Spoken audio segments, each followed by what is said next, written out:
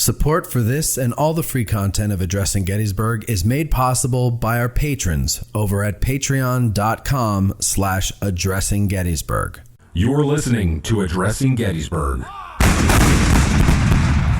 Hello, everybody, and today we're going to take a different approach. This is a little different. This isn't an Ask a Guide. This isn't a preview for Patreon. It's a little taste, I guess we can call it, of Tim Smith's winter lecture series over at the Farnsworth house. I've gone to one. A few of my friends have gone, or a friend of mine has gone to a few of them, and I plan to go to more. And they're very interesting. They're very fun. There's good food, interesting conversation there. But in the meantime, before we get to that, while Tim is finishing a text message over there, one more thing I would like to point out to all of you is that we got our email since we've been offering this from someone who wants to take a tour with a guide that they've heard on the show, and that guide happens to be Tim. And so just want to remind you all, if you hear a guide on the show that you like and you'd like to take a tour with him or her, just shoot an email over to matt@addressinggettysburg.com, and I'll put you in touch with them, and hopefully you'll be able to work something out with them where their schedule meshes with yours. So let's get to the business at hand here now. You done with your text, Tim? Mm-hmm. Okay, good. All right, so winter lectures over at the Farnsworth house. Is this your first year doing them, or are you doing No. It's kind of interesting that I think this might be like the 6th or 7th year that I've done them. Okay. There. And years ago, the son of the owner of the Farnsworth house, J.R. Schultz, asked me if I'd be interested in doing some Sunday lectures. And, we tried over the years, we've changed the time and tried in the afternoon and tried in the evening. And the basic premise of it is the Farnsworth house is a touristy restaurant and is very, very busy during the touristy season. But they don't really have any business in the winter. They have Nobody does. Yeah. It's the town. Yeah. They have some locals that come in.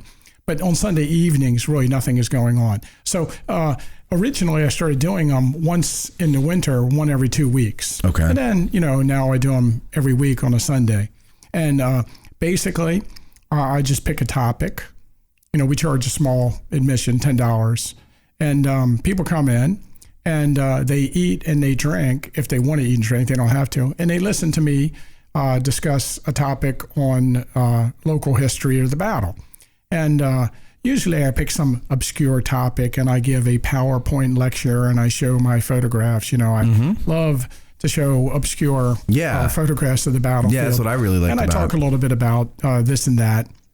And, sometimes we have discussion on I guess since I've been doing them, I have a pretty loyal following of, I'd say, about 50 people. Okay, that's a good loyal following to have. Maybe 100 people if you count everybody. And on any given Sunday, 10 of those people will, the really solid people that come all the time will show up, and then other people who are interested in the topic will show up. And I think my record is I had 46 people just show up. Now, the tavern is not very big, right. So we've also held them in the main dining room, and tried to get some people in. The Farnsworth house is kind of a cozy place. It's not a place that has a big auditorium or anything like that.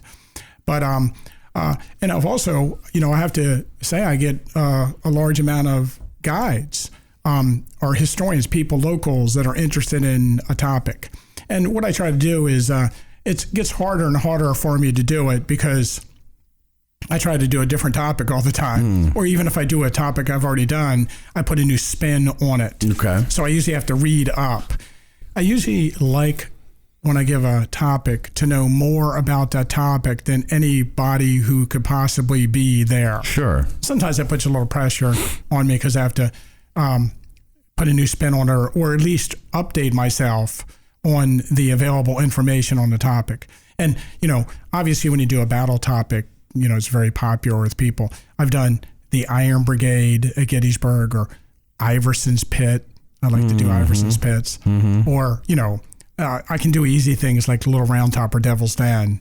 But speaking of Iverson's Pits, Wasn't there? There was I think you showed a picture of an airstrip there. Wasn't there? Yeah. In the fields west of where Iverson's Pits is located, kind of in the middle of the field between Doubleday Avenue and Buford Avenue, there was for a short time, there was a airport. Is that what that concrete slab is? That was a small building associated with, if you're going north on Reynolds and you go straight, the airport would be right there. Right. On Reynolds, right? Yeah. Going north on Reynolds before you make the right on Doubleday. But that concrete slab, I think there was a building there, and that building may have been associated with the airport. There's a couple photographs of airplanes on that strip. That's cool. I think before there were really airports and airfields, there were temporary landing strips that were established at different locations. Yeah, no, it might have been an illusion, but from what I remember, the picture you showed, it didn't look like a very level landing. It just looked basically like they plowed out. Yeah, they just plowed out a flat spot. Yeah. Okay, so what are some of the things then that you're going to be covering for the rest of this winter here? This is January 23rd that we're recording this. It should be out within a couple days, but let's start with this coming weekend here. This coming weekend, now we do them almost every Sunday. In December, we did all 5 weekends. We had programs. Okay. And then in January, I think there was one weekend where we didn't have a program, but we don't hold them on 3-day weekends. Like Martin Luther King's birthday. Right, didn't have one. And we won't have one on Super Bowl Sunday. It just doesn't make any sense. No. So many people are watching the Super Bowl because they do start generally, I like to start them at 6 p.m. You're popular, but you can't compete with the Super Bowl. Yeah, and there's no sense in me taking the time to put together a program if it's going to be loosely attended. Right. Now, sometimes it snows, and then I have to push the program off or cancel it. But then we don't have one on Valentine's Day weekend. Right, and, makes sense. So we won't have one then. And then this year, we're going to try to have them in March.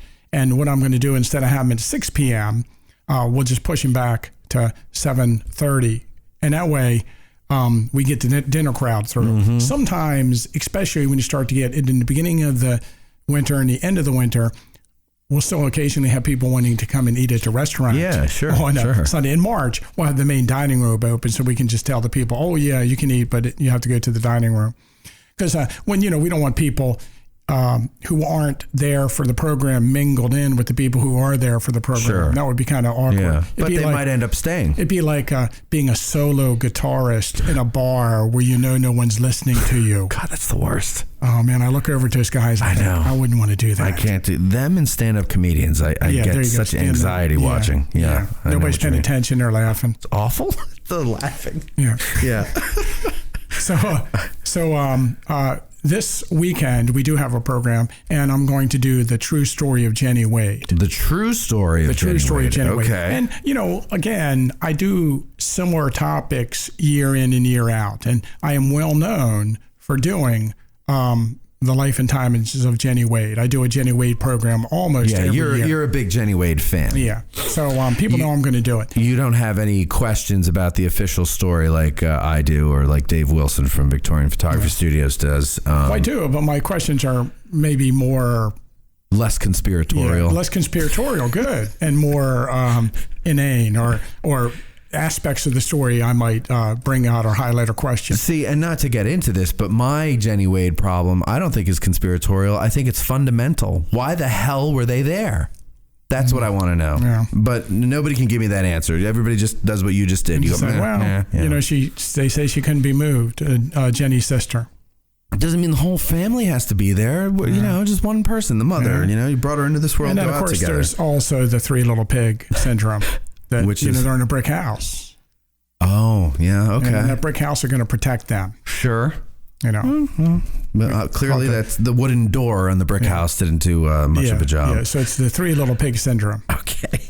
All right. So we got Jennie Wade there. So go ahead. And then I don't know the exact order of the programs in the rest of February and March, but I am doing a program on the Killer Angels Gettysburg at some point here coming up. And I did a program a couple years ago on the movie Gettysburg. Right. And some of the people, listeners probably know that when they filmed the movie Gettysburg in 1992, the Farnsworth house was sort of the unofficial headquarters for the actors. And how it worked was that Loring Schultz, who owns the Farnsworth house, he closed down the Farnsworth house to the public. And the actors made a deal with him and say, hey, you close to the public, let us put a person at the door and just let our crew and our cameramen and our actors in, and we'll fill your bar every night, but just it'll be our private party. Yeah. And I used to live next to the Farnsworth house, and of course, obviously, I live in the Farnsworth house now, or in the building, property. on the property. Yeah. So, I've always had close ties, so I was allowed to hang out with through. it. I remember you telling me stories about when they came in there. So I know a lot about the filming of the movie. I was not an extra in the movie. I had no desire to be an extra. I'm definitely not a reenactor. Mm-hmm. I've never been one of those people. So not that that's a bad thing. I've never been in that clique. But I was a historian, and I got to talk to the actors, and they really enjoyed talking about the battle. And like Tom Berenger loved to talk about General Longstreet, and Sam Elliott loved to talk about General Buford. And so it was a fun time. So I've done a program on the movie, but recently I bought The Killer Angels on audio at Audible, I think I got it from. Yeah. And that guy does a good job reading it, doesn't he? Yeah, it was very entertaining. Yeah. And so I listened to it, and I was like, I should do a program on the novel. And I think that when guides talk about the novel, The Killer Angels, people have a tendency to think we don't like it because we're always pointing out the discrepancies amongst the in the novel and the history. And of course, that's not true. I read the novel The Killer Angels, and I really, really enjoyed it. But when I read it, I knew it was fiction. Mm-hmm. And our problem with the historian problem with it is over the years, people have, brought their Killer Angel knowledge to the table as part of their knowledge of the battle right. In all their source material.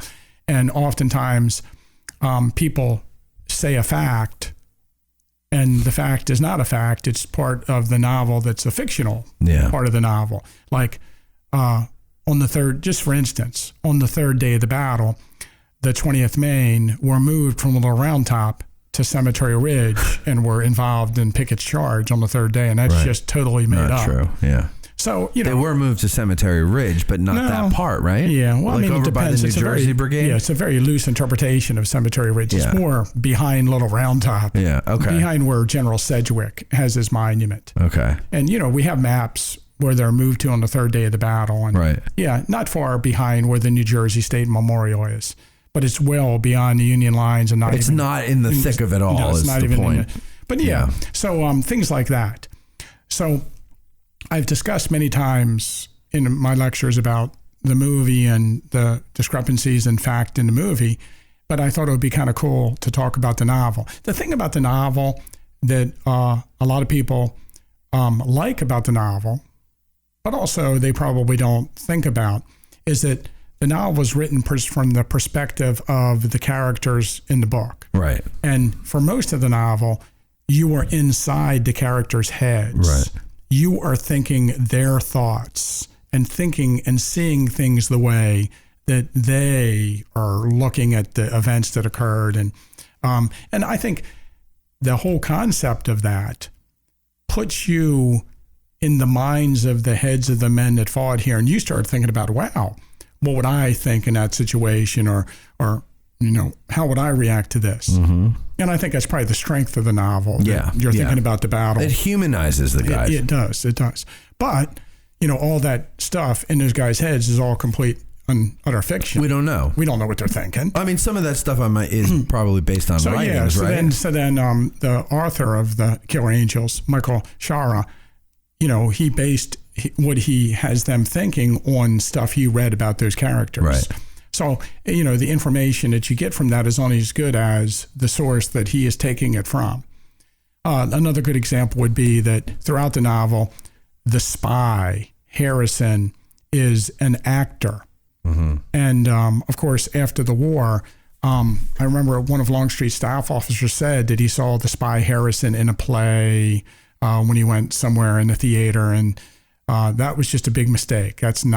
Harrison was not an actor. That's all based on pretty erroneous source. Harrison was a paid spy from Mississippi and not an actor.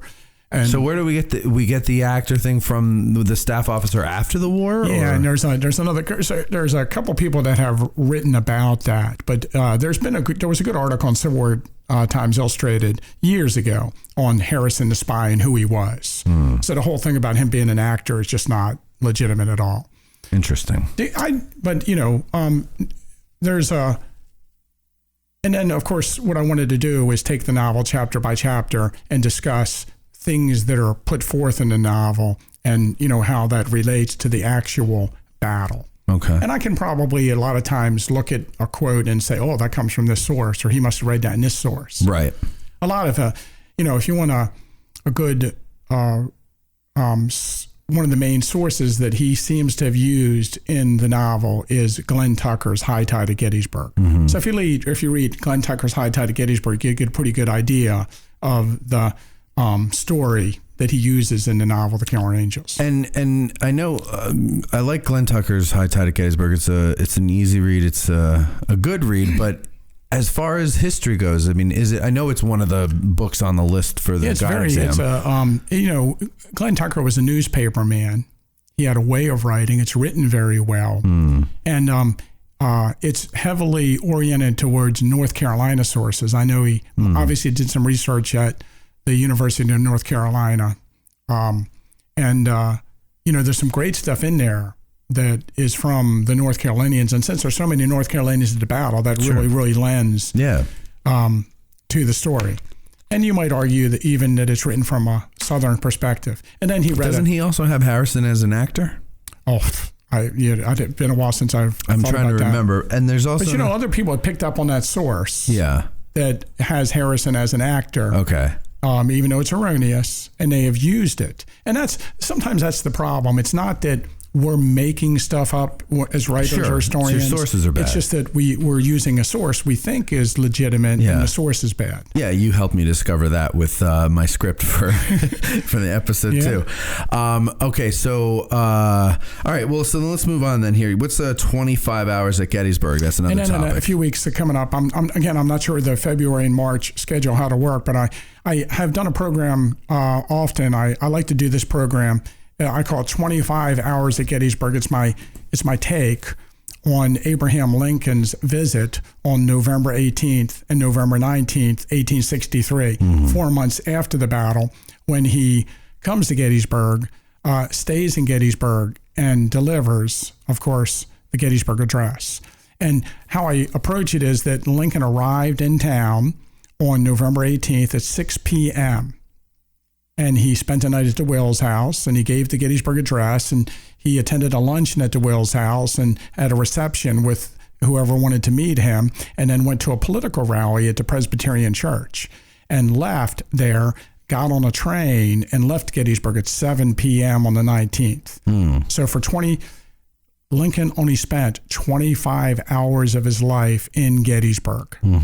But during that time, he put the finishing touches on and gave probably the greatest speech in American history. Is it true that he and his valet both came down with smallpox on the way back? Yes. That's amazing. I never heard. And he probably came down with it while he was here. While he was here, it's a slight case of smallpox. Yeah. And so when he gets back to Washington, D.C., he's feeling sick, and the doctor visits him and says he has a slight case of smallpox. And his servant or valet that he brought with him, William Johnson, actually dies a couple months later, I think it is. So I think he dies in January 64. And I found that amazing that, Lincoln, with all the stresses, I mean, when you're stressed and you get sick, it can oftentimes be worse than if you were in a healthier state. And so it's amazing that he, And one thing I point out about that program that I give now, I had written a magazine article for Blue and Gray magazine about his visit to Gettysburg years ago. And since then, my article has been converted by several groups around town into like a small walking tour. Okay. And so a lot of the points that I think that I really developed and really hit, and with this lecture that I've given many times, hit on, are being used now by a large amount of other people as to this is the framework of the time that he was in Gettysburg, including like the procession and things that the things that the crowd did that night. But my focus on the Gettysburg Address is much different than the focus that many national writers have used over the years on the Gettysburg Address. Like Gary Wills wrote an article or a book about the Gettysburg Address. I think it won a Pulitzer Prize. Mm-hmm. A guy named Kuhnhart wrote a really nice book on the Gettysburg Address. But usually when someone in a national setting has written on the Gettysburg Address, they're more involved in what Lincoln's words meant. Right, not about the day. And when they use the accounts of Lincoln's Gettysburg Address, they use the accounts that are given by national known figures. My whole take on it is that if the crowd is 15,000 people that heard Lincoln speak that day, 10,000 of them were locals. Mm-hmm. They were Adams County residents. Mm-hmm. They were people who went to see him, and for the rest of their lives, they were tied to that event. Mm. And as they got older, they reminisced about meeting Lincoln or shaking hands with Lincoln or hearing Lincoln give the Gettysburg Address. And it became an important event in their lives. And in their obituaries, when they die in the early 1900s and the 1920s and even up into the 1930s, usually the obituary starts like, man who heard Lincoln dies. Right. And being present at Lincoln's Gettysburg Address is listed in their obituary as one of the accomplishments of their life, along with their marriage and the names of their children. Right. Just witnessing something. Yeah. And so because we have this rich collection of things that have been written about Lincoln's visit, then what I've done is tried to gear this approach to the locals. How do they view him and what do they see? And of course, one of the best written accounts of seeing Lincoln in a procession leading to the cemetery is written by Harvey Sweeney, that lives at the house that we now call the Farnsworth House Restaurant. Mm-hmm. He actually wrote a letter to his brother in Illinois 10 days after, describing Lincoln going by. Right past the house. It's very, very insightful. That was cool too. In that lecture I was at a few weeks ago, you had old pictures of the Farnsworth house. Oh, yeah. Yeah, that was pretty neat. Yeah. Okay, so next one you got 3rd Winchester. Why 3rd Winchester?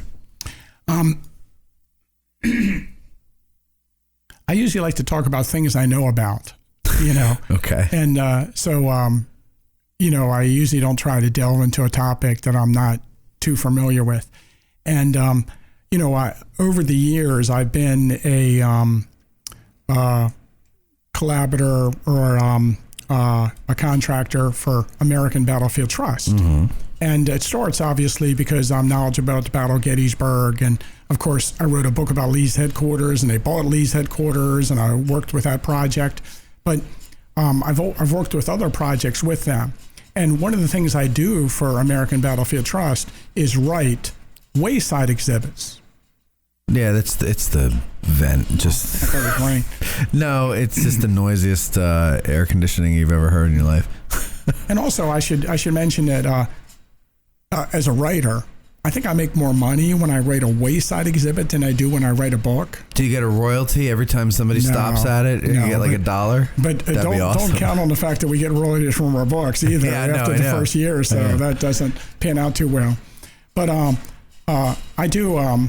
So what I've done over the years is Civil War Trust, or American Battlefield Trust now, will purchase a piece of land and they need some interpretation of the land. So I've helped with the trail systems at these sites and then put in wayside exhibits. And the two I'm really, really proud of and fond of are the Battle of Mine Run, which is off the top of my head, November 27th, 1863, during the campaign following Gettysburg in the fall, just before the winter quarters. General Meade's attempt to cross the Rapidan River and bring Lee's army to battle, which kind of ends because of the nasty conditions and the cold weather, really the weather turning a turn for the worst, and it ends up in a non-attack where both armies get into position. It looks like there's going to be a big battle, and then because of several different events, Meade calls off the battle. But there was actually some fighting at a place called Locust Grove or the Payne Farm during that little campaign, and originally I think it was APCWS. I forget their terminology. Before Civil War Trust had purchased some land at Payne's Farm at Mines Run, and eventually Civil War Trust got a hold of it, and now American Battlefield Trust. They changed names over the years, but they owned this acreage, and people went there, but there's no interpretation. So we put in an interpretive trail and wayside exhibits. And then, of course, I studied the battle. It's neat taking a piece of land where a historical event occurred and actually being part of the team that decides how that piece of land will be interpreted to future generations. That's got to be pretty cool. So, it's also got to be kind of nerve-wracking because you're the one that's deciding how, like you said, future generations are going to look at this. And I don't have a problem with that. The same thing happened at 3rd Winchester, the Battle of 3rd Winchester, where Philip Sheridan moves into the Shenandoah Valley and opposes Juba Early. This is like 64? Yes. So the Battle of 3rd Winchester is September 19th, 1864. Okay. And the Battle of 3rd Winchester is the first battle in a series of fights, Fisher's Hill, and then, of course, Cedar Creek, that leads to the destruction of the Southern forces in the Shenandoah Valley. Okay. All right. Cool. Well, that'll be a good one, too, then. All right. And then, let's see. I just have here Big Round Top.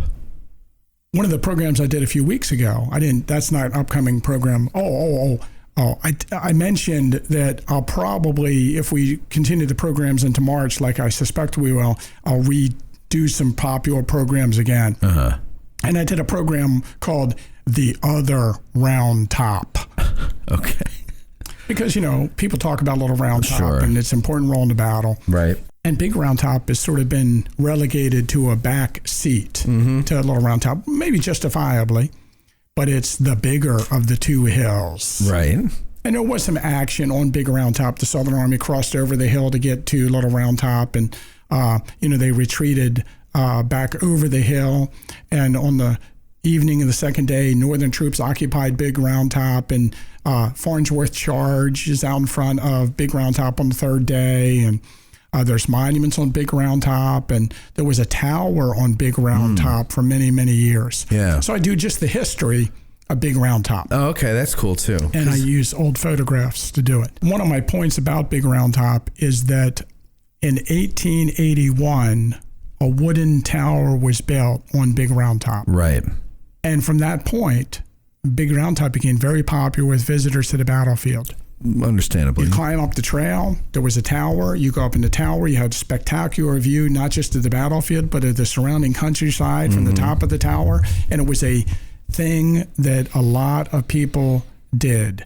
And it was a veterans trail, we call it, an older trail, not the current trail, but a trail that went up the side of the hill from Little Round Top to Big Round Top. And the trail went along breastworks built by the Union Army, and it went along monuments that were erected by units that were positioned on Big Round Top during the battle. And so there was a lot of attention given to this area years ago. Right, okay. But in the 1940s, the Veterans Trail was ripped out by the National Park Service. The modern trail we see today was put in. In 1968, the tower on Big Round Top was removed. there had been a wooden tower, and then in 1895 they built a metal tower, and then that tower was removed. And now there's really no reason to climb Big Round Top. No. Well, unless you want cardiac arrest. Yeah, and there's a little attention is given to it. Right. And so one of my points is that years ago, Big Round Top was one of the key points of the battlefield that visitors would see or want to see. Right. And now there's really... Like kind of how Culp's Hill was something that people wanted to see, and Little Round Top was kind of not much of it. And I think the issue there is that before there's automobiles... to get to Little Round Top, you have to rent a carriage. You can walk, or you can rent a tour guide in a carriage to take you out there to show you the hill. But Culp's Hill's a short walk from the edge of the town.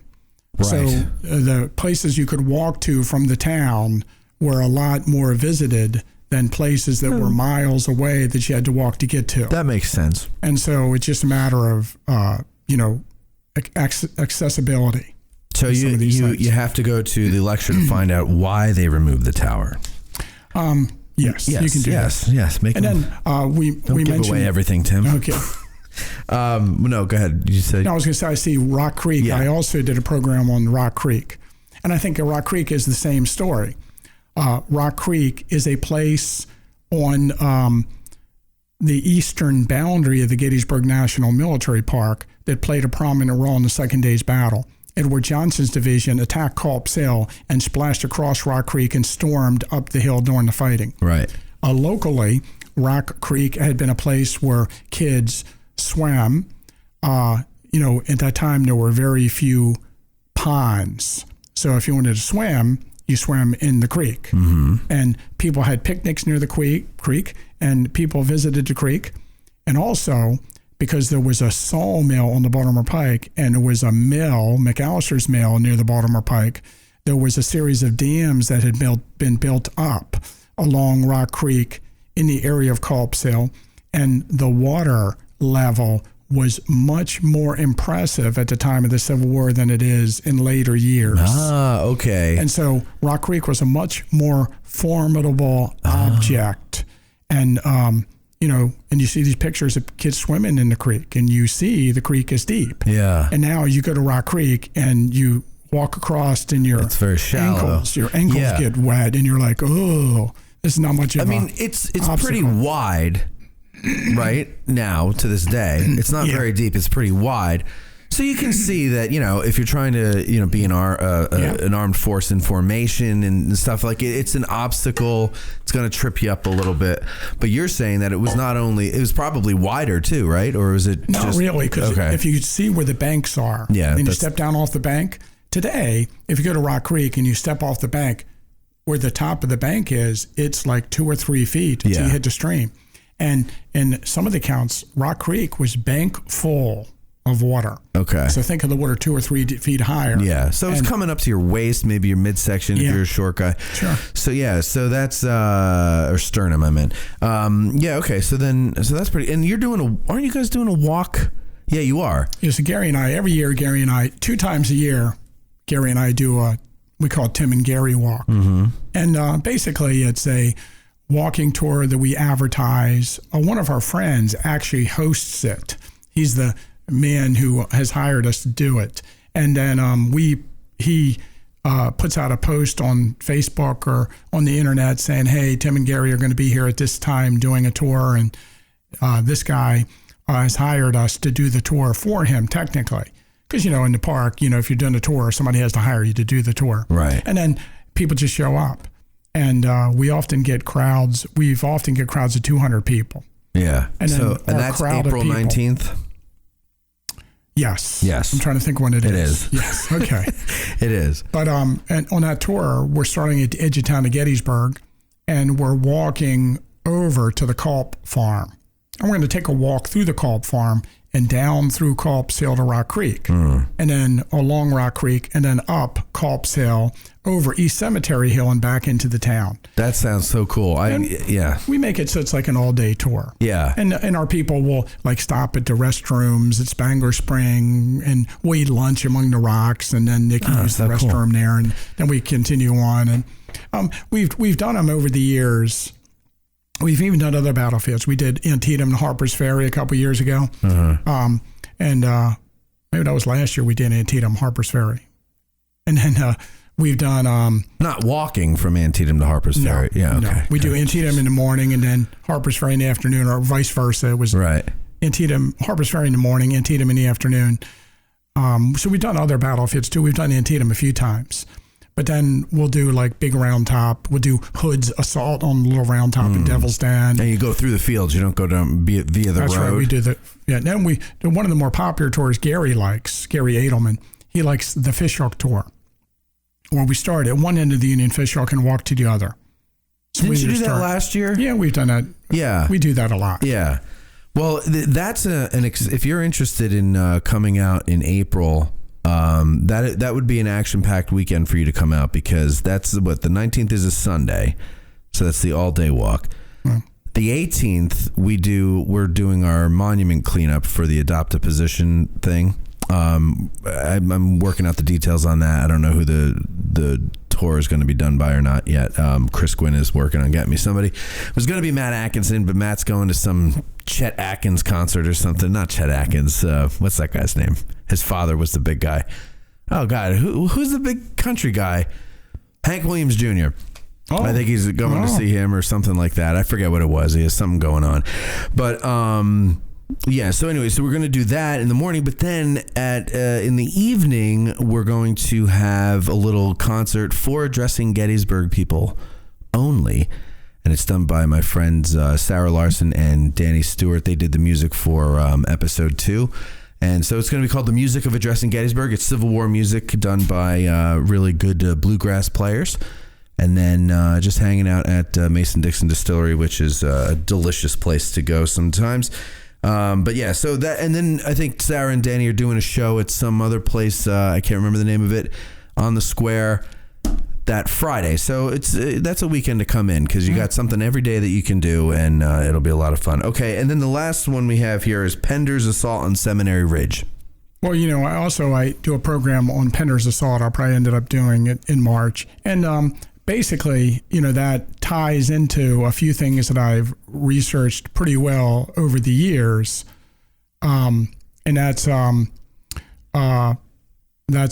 Lee's headquarters. When I wrote the book on Lee's headquarters, I added battle action in. So I talked about the battle that occurred along Seminary Ridge. And that battle was, I think when I wrote Lee's headquarters, that battle hadn't been that well researched.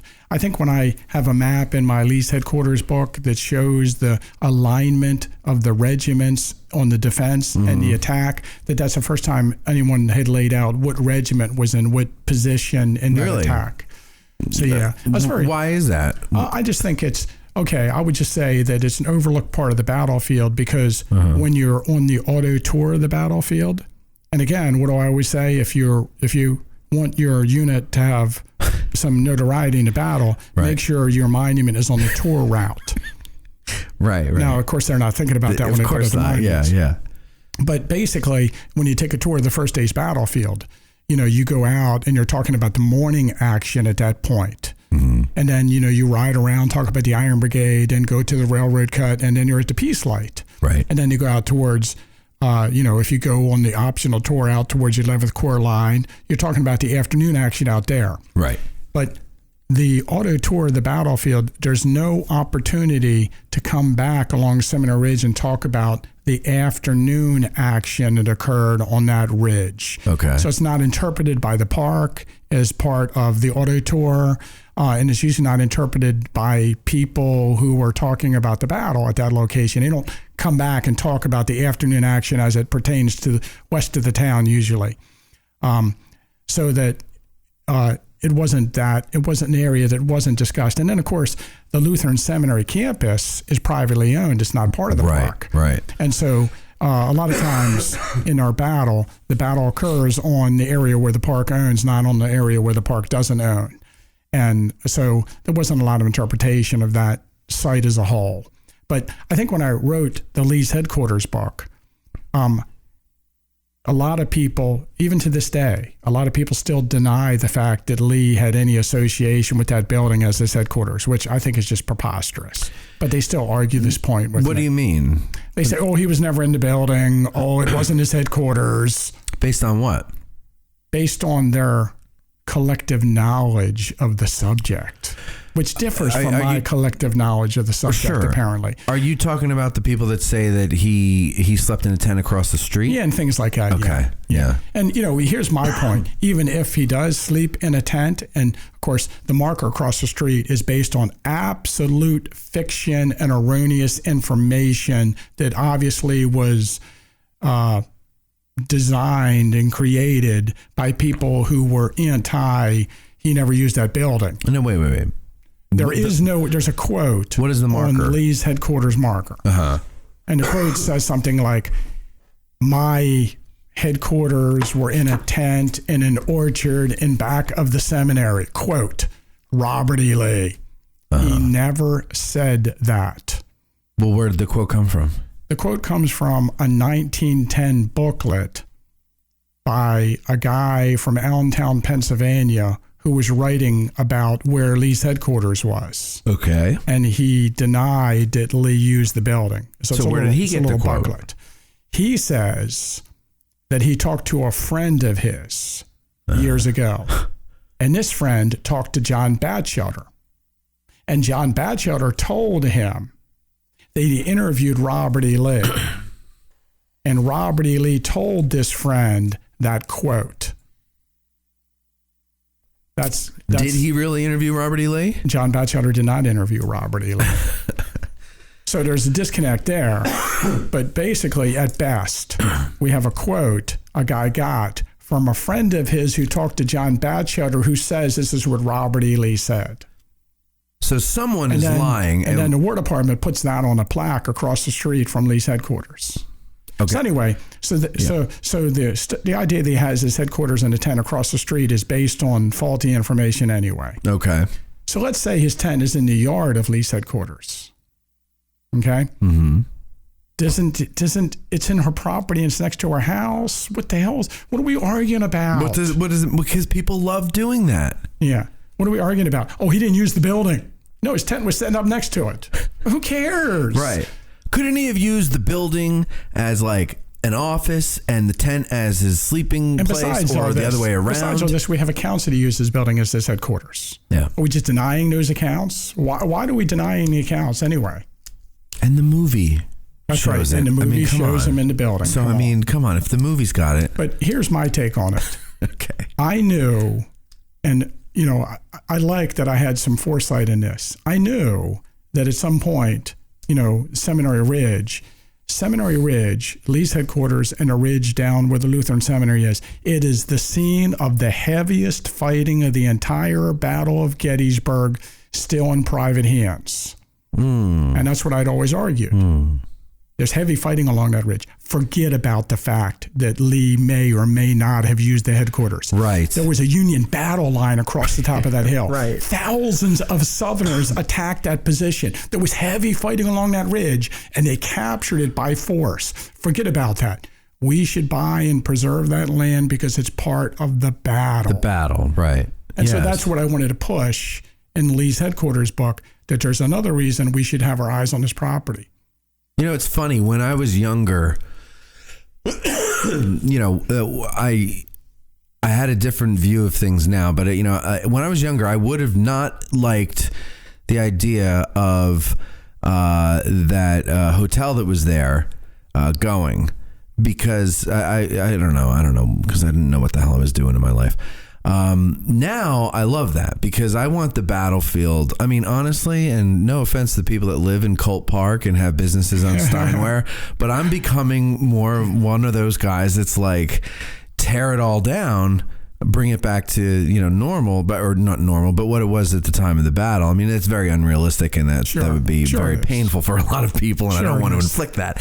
But in my fantasy world, that's the way to be, because I want to connect. I want to see what it was really like. But I love the Lee's headquarters area. Yeah. I think all of us have been to Williamsburg, and we've seen that they actually purchased a town and just ripped the whole town apart and restored the town to its colonial appearance, or recreated a town in its colonial appearance. And so we understand the problems with things like that, and in fact, and the unrealistic nature of it. It's completely unrealistic. But anybody with multi-millions of dollars to invest in something, give me a call. I have an idea that I think you'll like. Cool. Okay. Well, the other thing about that property is, that the hotel, the actual hotel, the Larson's Quality Inn, it started off as two things. There was a bed and breakfast or a home run by the Larson family, and then Clyde Daly had a campground on the western side of the ridge, and the campground started in 1921, something like that, 1922. Okay. So it had been around for a while. In the 1940s, the Larson family bought Clyde Daly's property, and starting in the early 50s, they started putting up what we know as the Quality Inn. And here's the issue with it. By 2005, the hotel had been there for some 50 years, and it was not in the best shape. And the owners of it, they were looking at putting a lot of money into it to fix it or selling it.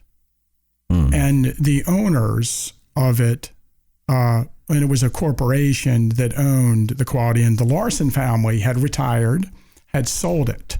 And so Lee's headquarters and the motel complex, they're owned by this investment group, and the investment group just must have looked at it and said, you know what, it's not worth putting money into. And this is the thing about all of the infrastructure around Gettysburg that was built prior to the centennial of the Civil War in the 1960s. These things were not built to last 100 years. Right. And they're in a horrible state of disrepair. So why not sell them and tear them down? They need to be torn down anyway. Right. It's just a matter if they're going to be torn down and replaced by a modern hotel at that spot. So the looking around, the people that owned the Quality Inn said, you know what, I bet you Civil War Trust is interested in buying this. And the owners of the hotel went to Civil War Trust and asked them if they wanted to buy it. So the interesting thing about it is a lot of people complain that Civil War Trust purchased the hotel and tore it down. Right. But they were willing sellers. Right. They offered it to them. And that was the first people they went to? Yeah. Yeah. And so... Well, he's a good guy. Like I know who that is. And he's not a bad guy. Like, why wouldn't he do that? No. And so that's the thing. It's not like Civil War Trust is forcing people to sell their property. Right. And that's how it's always made out to be. Like, oh, they're tearing down a hotel. Oh, no, the person who owned it made money on the sale and wanted to sell it. That's interesting because when I was in my 20s or something, that would have been my attitude. That this predatory nonprofit is like coming along and snatching up properties and ruining people's lives. Yeah. But thank God I don't think that way anymore. And it's not an age thing because there's plenty of people my age or older that still think that way. So I mean, obviously, it's just a matter of perspective. Yeah. So but my emphasis on the headquarters has always been William Dorsey Pender's attack on Seminary Ridge on the afternoon of July 1st. Right. And you know what? One of my friends, Wayne Motz, who's written, along with Jim Hessler, written a fabulous book about Pickett's Charge. Yeah.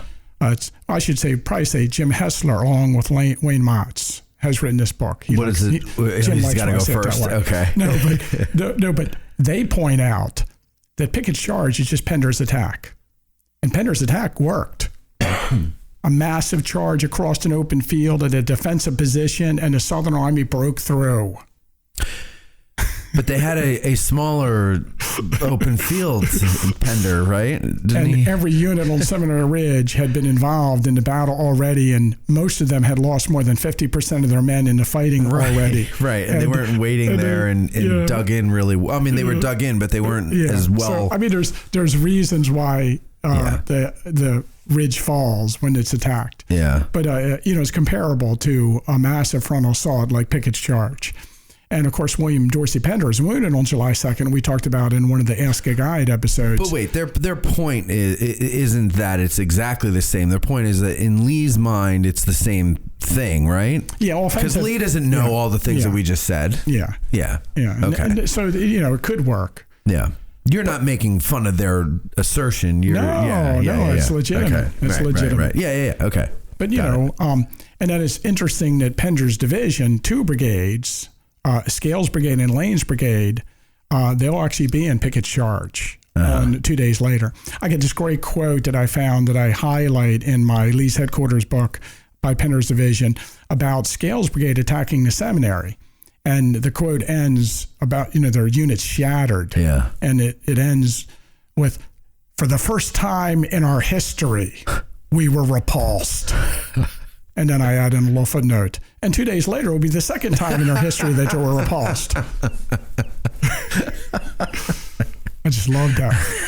You have to get the last word in. Yeah, right. And then if I could go back and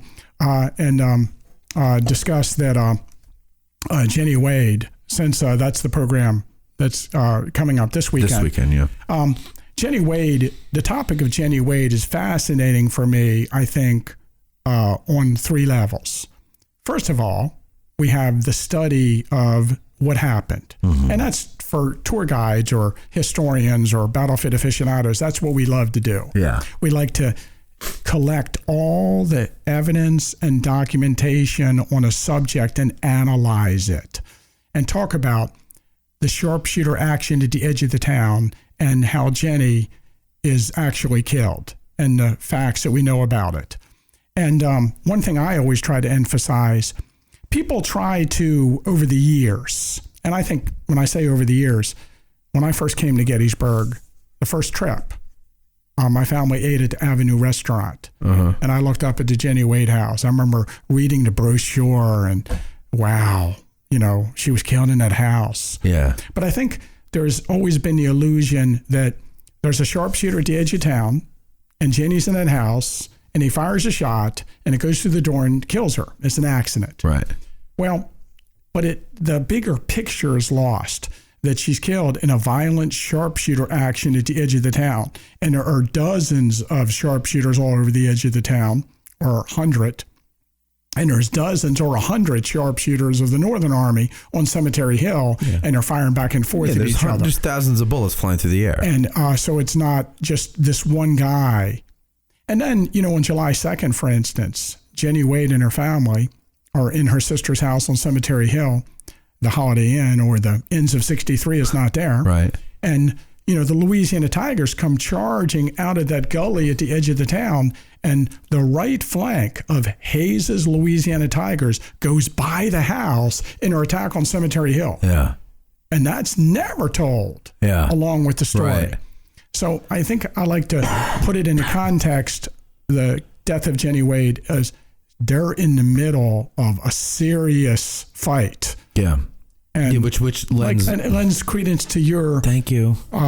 Suggestion that they shouldn't be there, that maybe General Howard, and there's every evidence now. We have some new information that I'm going to promote probably at this program, and then I've been starting to promote more, that General Howard is very conscious of this, that they're in that building. He is. And that he feels a little bit of, afterwards, a little bit of responsibility. Thank you. He should have.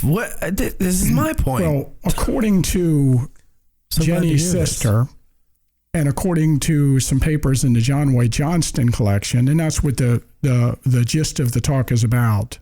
This guy named John Wayne Johnston, who in 1917 published a book on the life and times of Jennie Wade. The gist is about this book and how it's the first researched book on the story of Jennie Wade and how it came to be. In his analysis, he comes up with the evidence that Howard had ordered that there be no soldiers around that house or in it.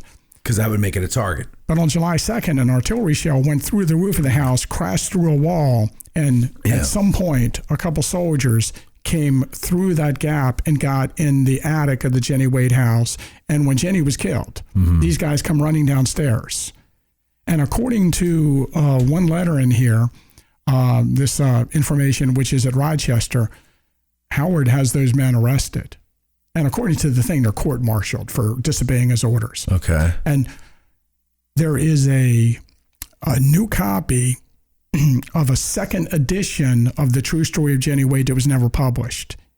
That comes from John Wade Johnston's granddaughter, who lives in California. And in it, it tells the story of how General Howard comes to the house on July 3rd. And General Howard goes into the basement with Jennie Wade's body, and along with Jennie Wade's mother and sister, prays over Jennie Wade's body. General Howard is present in the cellar with the family. And I find that fascinating. Yeah. The other two aspects of the Jennie Wade story that I like, I mentioned there are three aspects I like of it. There's the facts of what happened. And then there's genealogy, and which I'm really into. You know, really, my job here locally at the Adams County Historical Society is not talking about the battle or the history of the town. It's helping researchers come in and do their genealogy. And that's something I'm really good at, you know, family trees. So I've researched Jennie Wade's genealogy. I know the genealogy of Georgia Wade McClellan and the brothers and sisters of Jennie Wade and who they marry and what happened to them and where they died. And I know a lot about Jennie Wade's grandfather, her mother's father, and her mother's mother, and her father and where he comes from. And Jack Skelly, and I do the genealogies of these families. Yeah. So putting it into the context of the research on the lives of these people, I really like. And then, of course, the third thing that you gotta love is the hype, the legend, how Jennie Wade went from being a poor girl who was killed during the battle, baking bread for the soldiers, to being one of the top 10 best known people associated with the battle. Yeah. If you ask tour guides, and you know, this would be a fun question to get the tour guides in here. When we originally give a tour of the battlefield, the park tells us, or the interpreters, usually a park and a ranger, tell us that on your battlefield tour, you probably shouldn't be mentioning more than 10 names, people by name. Total. On your tour. Okay. That's what they say, like General Pickett, General Lee. You know, most tour guides don't talk about General Meade. Right. But, you know, when you first do your tour, your initial tour, you're not supposed to talk about more than 10 people. You know, which is difficult when you think about it. Sure. But, you know, how I always approach is that this is an archer's brigade. This is men from Alabama and Tennessee. Okay. This isn't Pettigrew. This is North Carolinians. Okay. But, you know, we don't talk about that many people. But every one of them, if you had the list of who you talk about on your tour, every tour guide would mention Jennie Wade's name. Yeah. But Jennie Wade to me seems like a story about, it's like pandering. You know what I mean? It's just like, oh, here's one for the ladies. And Jennie Wade was killed just baking bread for the soldiers. Well, I think it's I'd rather hear about Elizabeth Thorne. Well, I think it's a tragic story. Okay. If you do a tour with 8th grade girls. They don't get that. No, I'm just saying they don't care about the soldiers being killed. But if you stop and you talk about dead horses, they're gonna be really upset. Yeah, they really get upset when you talk about dead horses. Bob told me, you know that picture of the white horse at Antietam, dead, it looks like he's sleeping. Yeah. Bob told me that, you know, because he used to be a middle school history teacher, when he would get to the Civil War, he would show them a series of photographs of dead soldiers and throw that one in the middle. It would be no reaction, no reaction, no reaction. Aww. No reaction, no reaction, no reaction. Because there's something about, So I think the Jennie Wade story in that case, in the context of what you're saying, is that, okay, whether they have joined the Army because they wanted to join the Army or because they're fighting for a cause or not, soldiers have signed up for this. They might not know what they're getting into. Right. They might not know that all these people are going to die and it's going to be a horrible, horrible battle. But Jennie Wade did not sign up for this. Neither did the horse. You know, and that's right. And they are in a position that they probably shouldn't be in by circumstance. Jennie Wade's sister is pregnant. She's had trouble. Well, she just gave birth to a baby, you know, when Jennie's killed. She can't be moved, you know, they say. They're worried about getting her out of the house and getting her to a cellar. And so they stay in a house, and, you know, Jennie loses her life. And, it's just a tragic tale. But it's always been, the thing is also, it's always been popular. It became popular immediately after the battle. Right. And then wasn't John Burns kind of jealous of that? And so he said that she was a loose woman or something? Yeah. And then, of course, that's part of the legend, Yeah. Over the years, Jennie Wade became much bigger. Right. Than just the fact that this girl was killed. It became more of a story about civilians and how they're caught up in war and the tragic nature of war on the civilian population. She became an icon of something else. Yeah. I don't know. But there's a lot of backlash. I think there's backlash not just by John Burns, but other townspeople, because women in Gettysburg cared for the wounded soldiers after the battle. Right. It did. And women in Gettysburg, like Elizabeth Thorne, buried the dead from the battlefield. And women in Gettysburg had to take on... Wait a second. Women in Gettysburg, you say like Elizabeth Thorne, but she was also how many months pregnant? I think the kid's born in December. So what is that, 3? So 3 months? Okay. That's not that impressive. Okay. Never mind. You wanted it to be 6 or 7? I wanted it to be like 8 months, yeah. Okay. Well, then forget that. Okay. No, but still. Yeah. So women are taking on roles like her as the caretaker of the cemetery because men are in the army that they don't necessarily take on. Right. And so there are women in town and other civilians, not just women, but men who help supply buildings for the wounded, or the people in the town gave the food. They turned over their food supplies for the wounded immediately after the battle. They went on the battlefield in wagons and brought the wounded in. And these other people, after the battle's over, everybody comes in town and all they want to know about is Jennie Wade. Mm-hmm. And so it becomes sort of a local backlash. Jennie Wade. Jennie Wade. Because the Wades weren't really well liked before the battle, They're not one of the more respected families in town now. So then now this not respected girl from a not respected family is the national news. That's right. She's the national news. Meanwhile, I went out and got shot a couple times. Fighting, the only civilian fighting. First, let me suggest that John Burns is probably not the most respected person in town. Remember, I know. John Burns is probably the father of his adopted daughter's illegitimate child. Ew, really? There you go. What a and you know why I say that? You know why I tell people that? Because he badmouthed Jennie Wade, so I'm going to badmouth him. All right. Well, how about this then? Let me ask you this.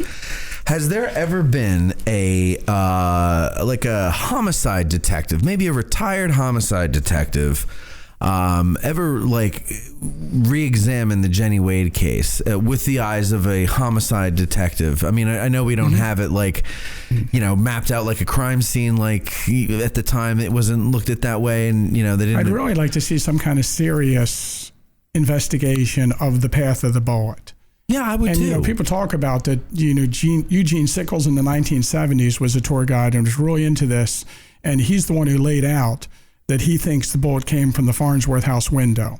And he actually drew a map. It is 612 feet from the Farnsworth house window to the door of the McClellan house or Jennie Wade house. But wasn't her house moved? Wasn't the McClellan house moved? No, that's a crazy story. That's a crazy story. We could do a whole program on that stupid story. Okay, well, I want to do a whole program on Jennie Wade. So that's never been moved. Okay, so then the problem, though, wouldn't the problem be that because every idiot puts their finger in it, and that the hole itself is ruined, so we can't get it proper? But remember, the bullet went through 2 doors. Oh, that's right. It went through an inside panel, a very thin. It was a very thin part of the panel of the inside door. So, and we have an idea of where we think she's standing. If we were to align those 2 doors that are like 4 feet apart, right, and line up the holes, then we get a trajectory, and we must be able to come up with a range of where the bullet came from. The problem with it is obviously the Holiday Inn's in the way, or the Inns of 63 is in the way. The delay would run right into that if you did a laser pointer. Would it? You don't get a clear view from... you don't get a clear view from the door. I've thought about these things. Yeah. Yeah. So let me, you mentioned something, back up for a second. And again, the idea that Jennie Wade's father has some issues with the law is something that I'm interested in. And some of the listeners probably know there is a book by Cindy Small, who lives around town still, and it's a great book about Jennie Wade. And she lays out some of the problems with the law in this book. It's interesting that John Wade Johnston, that we just talked about, who wrote a book in 1917, he doesn't seem to mention any of Jennie's father's problems. So he's obviously part of the group of people that really worked to create the legend behind Jennie Wade, but didn't really want to talk about the facts. The fact that Jennie Wade's family is not the most respected in town, to me, just adds more interest to the story. Okay. It doesn't bother me that the girl that has been touted as the icon of this, the battle in the townspeople has some flaws. It doesn't bother me at all. My heroes all have flaws. Yeah, well, that makes them human, sure. But so, you don't like Sickles, though. Sickles. So we're talking about flaws. We're not talking about, outright. Sickles is one giant flaw. Yeah, that's a criminal. So anyway, but probably in that vein, even, that probably doesn't even bother me that Sickles has flaws. So, but I've done a lot more research into Jennie's father. Okay. So he's James Wade, born in 1814 in Virginia. James is known to have been in the Gettysburg area starting in about 1838 when he found employment as an apprentice. But throughout his early years in Adams County, he had problems. In 1839, it was charged that he had forced himself upon one Mary Coon and committed fornication and bastardy by gunpoint. What is bastardy? Meaning she had a child because... Yeah. Although he was found not guilty, which is kind of interesting. Oh, okay. The resulting child was named James A. Wade and acknowledged by the family as Jennie's half-brother. Now, if you read Cindy Small's book, I think when she wrote that book, she had the impression that James Wade was married before, and this is a result of his first marriage. Okay. But I found the court record. It wasn't his first marriage. It was a girl he raped at gunpoint. Oh, my God. And they acknowledge, Yeah. So in 1840, James married. Do you want to be giving this away for free? Oh, come on. Okay, all right. This is good stuff. So in 1840, James married Mary Ann Philby, which is Jennie's mom. And in 1841, the couple gave birth to their first child, Georgia Ann. Okay. 2 years later, Mary Virginia was born. That James must have been proud of his Southern heritage may be acknowledged by the fact that daughters were named Georgia and Virginia. But James's trouble with the law continued. In 1841, he was charged of arson. He actually burned the Elkhorn Tavern in Bennersville. He set it on fire. And maybe burnt the barn to the ground in the background. Guy's a nut. But eventually the charges were dropped, although I've seen the case, and he's kind of guilty. Really? In 1842, he's guilty of assault and battery and spends 2 weeks in the county jail. In 1843, he's charged with assault and battery again, spends time in jail, but then eventually the charges are dropped. Now, he did serve as a captain in the local militia from 1842 to 1845. And in 1846, he opens up his own tailor shop on High Street. But in 1850, there's another charge of assault and battery. Then in September of 1850, he's indicted on charges of felony and larceny. Jeez. And the details in the paper aren't well specified. Yeah. But it appears as if Samuel Dobro drops $300 on the sidewalk when he's in town doing business. $300. That's a lot back then. It's a lot now. Now, the way the article appears, that's what Samuel thinks happened to the money. It may have been taken out of his person or out of his pocket. So anyway, there's a big thing in the newspaper about it, and nobody knows where the money is. And then they find out that James Wade is missing. He's been seen in Maryland, flourishing money. And so the constable of the town and Samuel Dobro go down, and they find him in Washington, D.C. in a hotel, drinking and partying, and he still has a couple $100 on him of Samuel Dobro's money. So he's brought back, he's put on trial, and he ends up going to the Eastern State Penitentiary in Philadelphia. Oh, boy. The place that's like featured Haunted. on all the haunted ghost tour things. Yeah. And he spends a couple years there. Before he's released, his wife has him declared by the Adams County courts as insane. Oh, that was before he's released. And then he's released, and then he ends up spending the rest of his life at the Adams County Alms House, where he dies in 1872. Wow. But undoubtedly, the reputation that his father, played a role in the way Jennie and her family were perceived by the Gettysburg citizens. And that's not fair, necessarily. The sins of the father, not the sins of the son or daughter, as it were. But you understand that's how it goes, unfortunately. So for those of you who may have heard that Jennie Wade's father gets in some trouble, there's a lot more trouble than you imagine. Yeah, that's crazy. The rape at gunpoint story, that's nuts. Oh my God. Well, now, all right, I got to get this out before Sunday so people can hear it, and I'll go and hear the rest of the story, because you are the Paul Harvey of Gettysburg, because then... I think you know what I'm saying. I think that people like to tell stories, and one of my things about the Jennie Wade story is adding little details to the story that you didn't know. Right.